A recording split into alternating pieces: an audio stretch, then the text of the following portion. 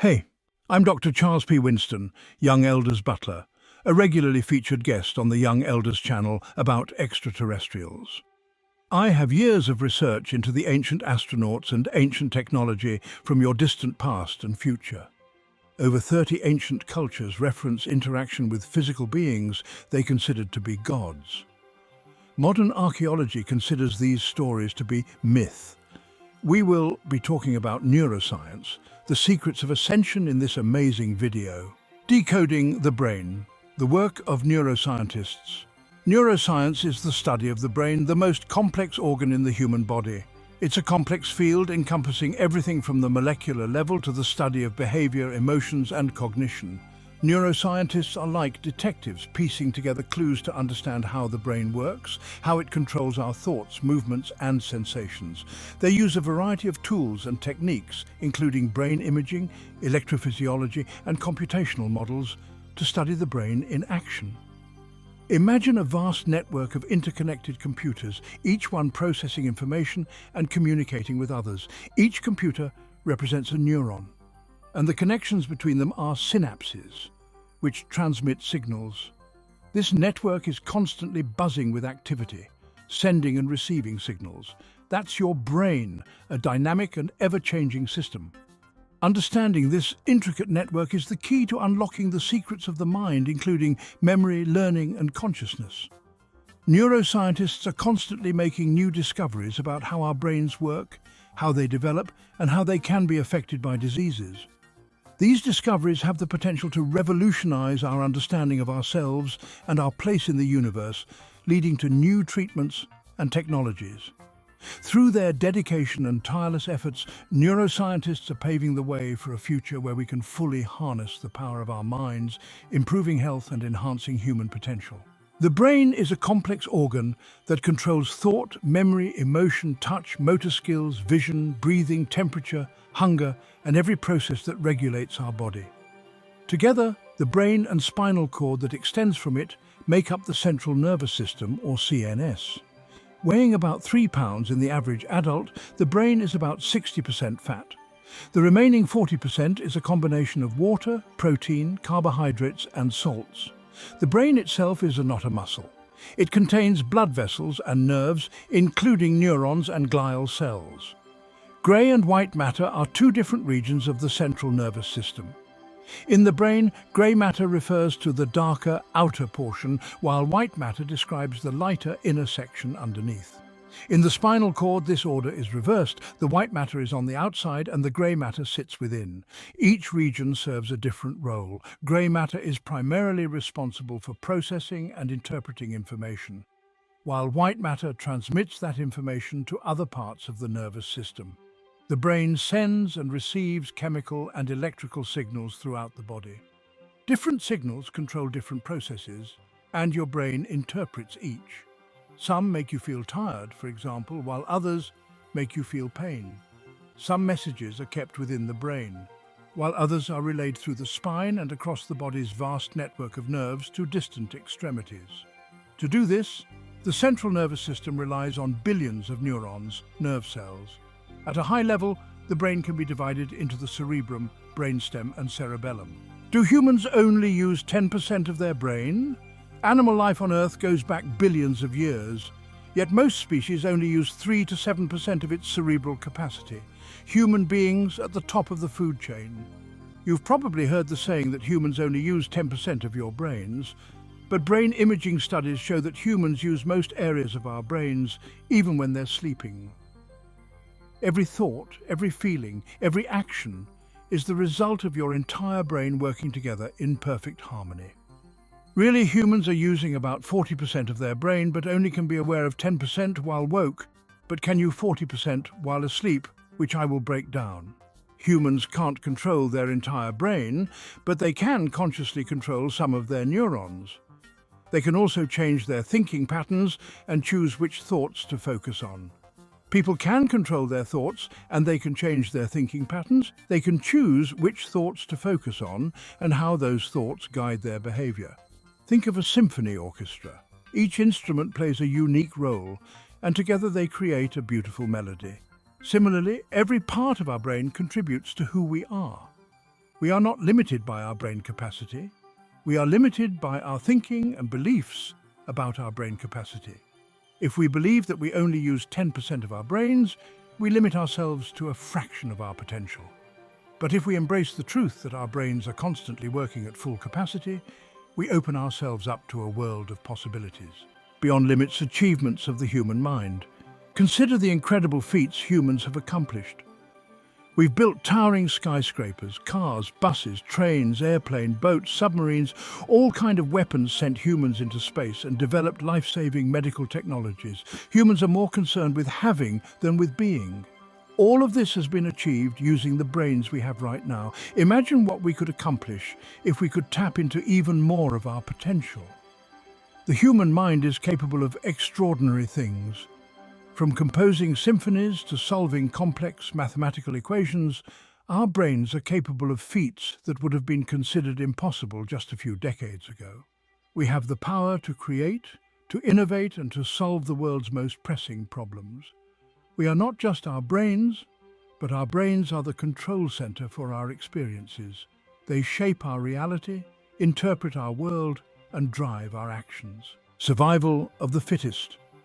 A foundation for growth. Evolution has shaped your brains over millions of years. Your ancestors, who were best at adapting to their environment, were more likely to survive and pass on their genes. This process of natural selection has resulted in the highly sophisticated brains you have today. Imagine our early ancestors facing the challenges of a harsh and unforgiving world. Their survival depended on their ability to find food, shelter, and protect themselves from predators. Those who were quicker, stronger, or more intelligent were more likely to thrive. This drive for survival is deeply ingrained in our DNA. It's what motivates us to learn, to grow, and to push ourselves beyond our perceived limits. By understanding our evolutionary past, we can better appreciate the incredible potential that lies dormant within us. For primitive beings like humans, life seems to have only one single purpose: survival. Survival translates to gaining time.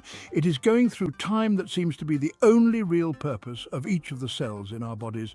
To achieve that aim, the mass of the cells that make up gnats and human beings has only two solutions: be immortal or to reproduce. If its habitat is not sufficiently favorable or nurturing, the cell will choose immortality. In other words, self-sufficiency and self-management. On the other hand, if the habitat is favorable, they will choose to reproduce.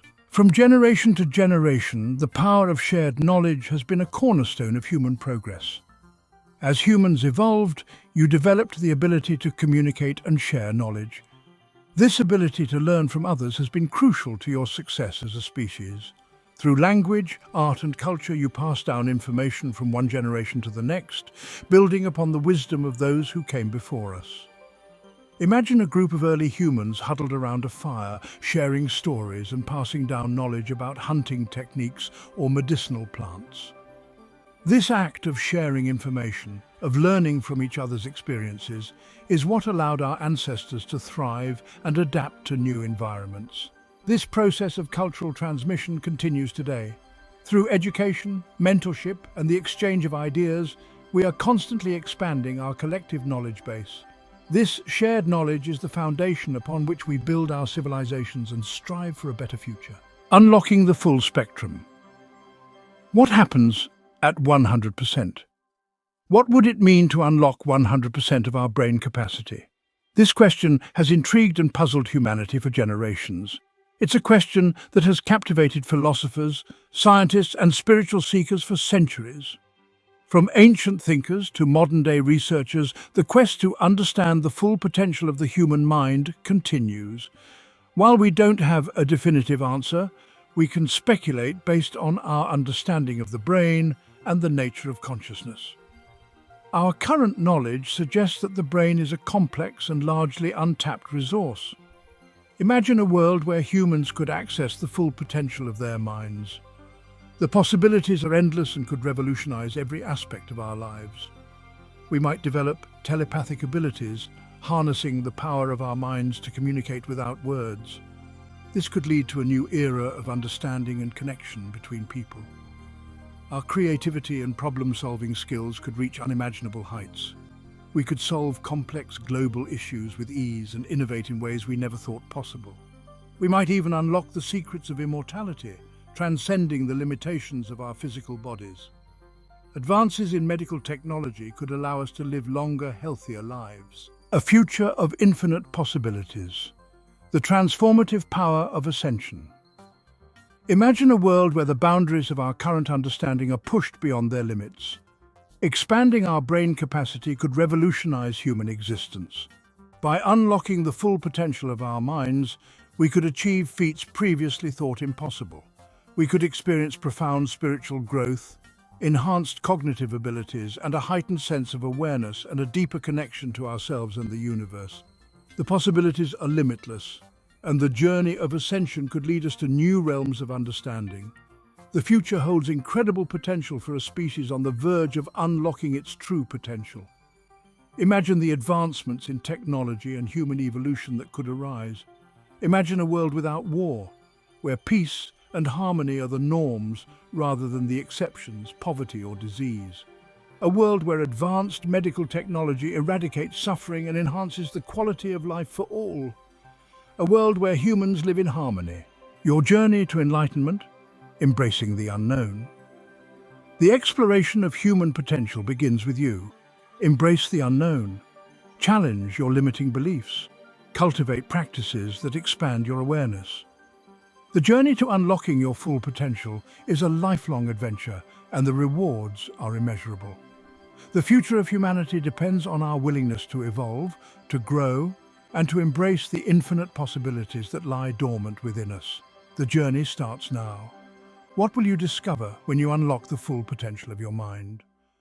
Most people use spiritual teachings to escape from life or to avoid their shadow.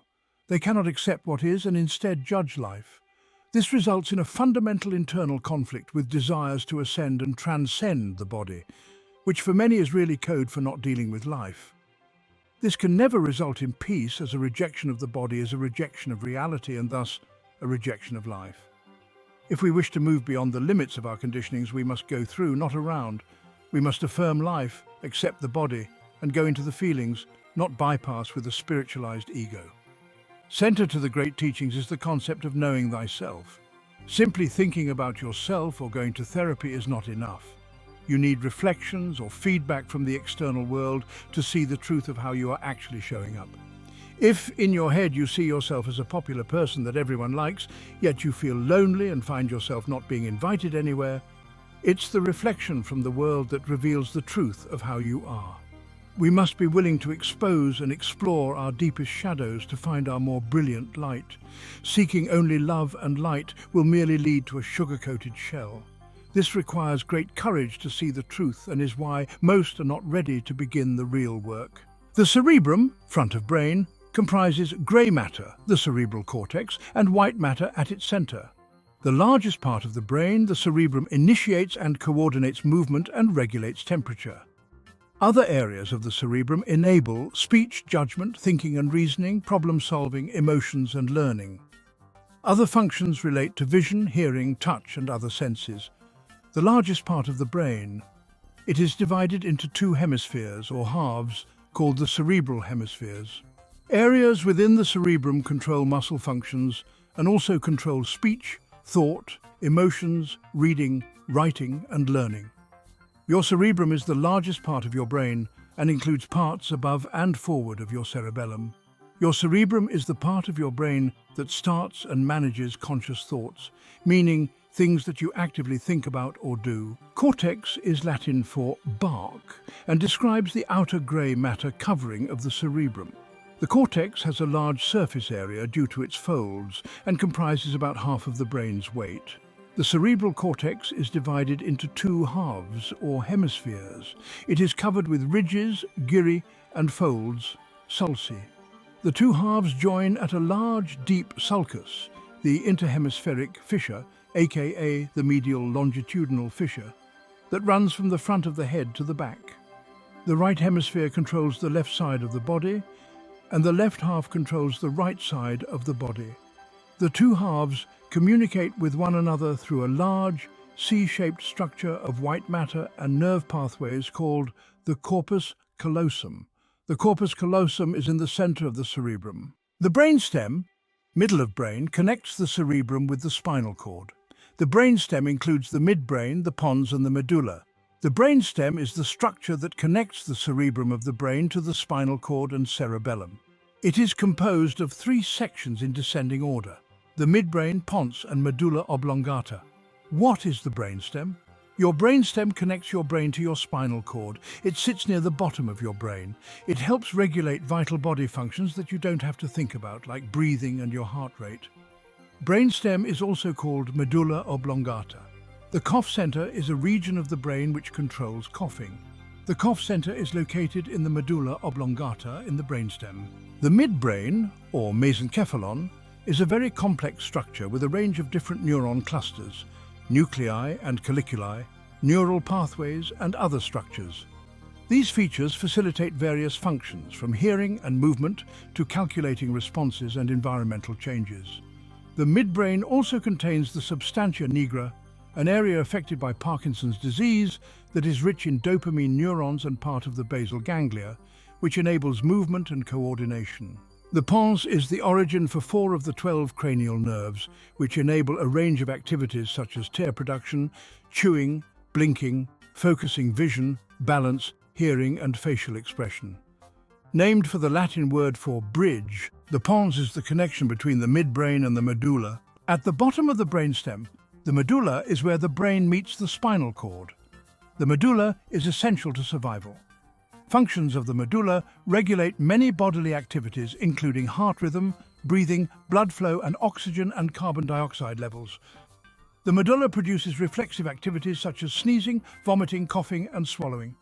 The spinal cord extends from the bottom of the medulla and through a large opening in the bottom of the skull. Supported by the vertebrae, the spinal cord carries messages to and from the brain and the rest of the body. The cerebellum, little brain, is a fist-sized portion of the brain located at the back of the head, below the temporal and occipital lobes and above the brainstem. Like the cerebral cortex, it has 2 hemispheres. The outer portion contains neurons, and the inner area communicates with the cerebral cortex. Its function is to coordinate voluntary muscle movements and to maintain posture, balance, and equilibrium. New studies are exploring the cerebellum's roles in thought, emotions, and social behavior, as well as its possible involvement in addiction, autism, and schizophrenia. 3 layers of protective covering, called meninges, surround the brain and the spinal cord. The outermost layer, the dura mater, is thick and tough. It includes 2 layers. The periosteal layer of the dura mater lines the inner dome of the skull, cranium, and the meningeal layer is below that. Spaces between the layers allow for the passage of veins and arteries that supply blood flow to the brain. The arachnoid mater is a thin, web-like layer of connective tissue that does not contain nerves or blood vessels. Below the arachnoid mater is the cerebrospinal fluid, or CSF. This fluid cushions the entire central nervous system, brain and spinal cord, and continually circulates around these structures to remove impurities. The pia mater is a thin membrane that hugs the surface of the brain and follows its contours. The pia mater is rich with veins and arteries. Each brain hemisphere, parts of the cerebrum, has 4 sections called lobes: frontal, parietal, temporal, and occipital. Each lobe controls specific functions. The largest lobe of the brain, located in the front of the head, the frontal lobe is involved in personality characteristics, decision-making, and movement. Recognition of smell usually involves parts of the frontal lobe. The frontal lobe contains Broca's area, which is associated with speech ability. Parietal lobe. The middle part of the brain, the parietal lobe, helps a person identify objects and understand spatial relationships, where one's body is compared with objects around the person. The parietal lobe is also involved in interpreting pain and touch in the body. The parietal lobe houses Ventricles area, which helps the brain understand spoken language. The occipital lobe is the back part of the brain that is involved with vision. Temporal lobe, the sides of the brain. Temporal lobes are involved in short-term memory, speech, musical rhythm, and some degree of smell recognition. Deeper structures within the brain. Sometimes called The master gland. The pituitary gland is a pea-sized structure found deep in the brain behind the bridge of the nose. The pituitary gland governs the function of other glands in the body, regulating the flow of hormones from the thyroid, adrenals, ovaries and testicles. It receives chemical signals from the hypothalamus through its stalk and blood supply. The hypothalamus is located above the pituitary gland and sends it chemical messages that control its function. It regulates body temperature, synchronizes sleep patterns, controls hunger and thirst, and also plays a role in some aspects of memory and emotion. Small, almond-shaped structures, an amygdala is located under each half hemisphere of the brain. Included in the limbic system, the amygdalae regulate emotion and memory and are associated with the brain's reward system, stress, and the fight or flight response when someone perceives a threat. A curved seahorse-shaped organ on the underside of each temporal lobe, the hippocampus is part of a larger structure called the hippocampal formation. It supports memory, learning, navigation, and perception of space. It receives information from the cerebral cortex and may play a role in Alzheimer's disease. The pineal gland is located deep in the brain and attached by a stalk to the top of the third ventricle. The pineal gland responds to light and dark and secretes melatonin, which regulates circadian rhythms and the sleep-wake cycle. Deep in the brain are 4 open areas with passageways between them. They also open into the central spinal canal and the area beneath arachnoid layer of the meninges. The ventricles manufacture cerebrospinal fluid, or CSF, a watery fluid that circulates in and around the ventricles and the spinal cord and between the meninges. CSF surrounds and cushions the spinal cord and brain, washes out waste and impurities, and delivers nutrients. 2 sets of blood vessels supply blood and oxygen to the brain: the vertebral arteries and the carotid arteries. The external carotid arteries extend up the sides of your neck and are where you can feel your pulse when you touch the area with your fingertips. The internal carotid arteries branch into the skull and circulate blood to the front part of the brain. The vertebral arteries follow the spinal column into the skull, where they join together at the brainstem and form the basilar artery, which supplies blood to the rear portions of the brain. The circle of Willis, a loop of blood vessels near the bottom of the brain that connects major arteries, circulates blood from the front of the brain to the back and helps the arterial systems communicate with one another.